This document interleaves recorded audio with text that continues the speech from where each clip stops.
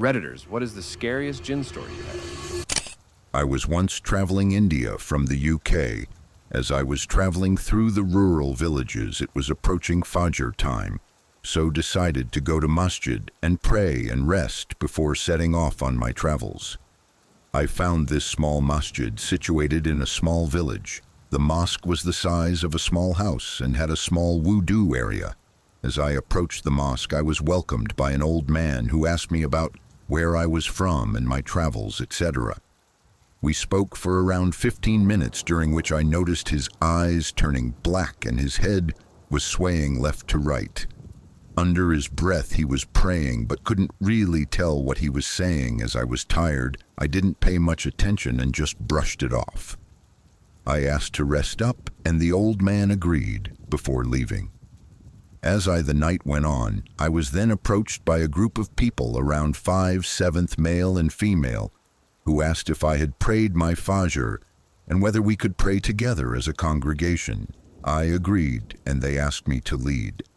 As I started my salah, I started to feel an overbearing amount of heat behind me. When I finished Fatiha and said, Ameen, the group behind copied. However, it sounded way more than 7 people.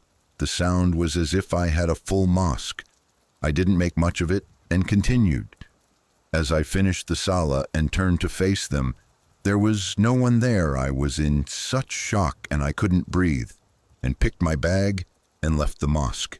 Now, as it was so dark, I couldn't see the directions, so I decided to walk to the closet's home to ask for some shelter for a few hours till sunlight. A family opened the door and could see from my face something had happened and began to ask me. So I explained what I had experienced. Here is when it gets scary. The man from the house said, "We don't have a mosque here, nor is there any other Muslim family within this village."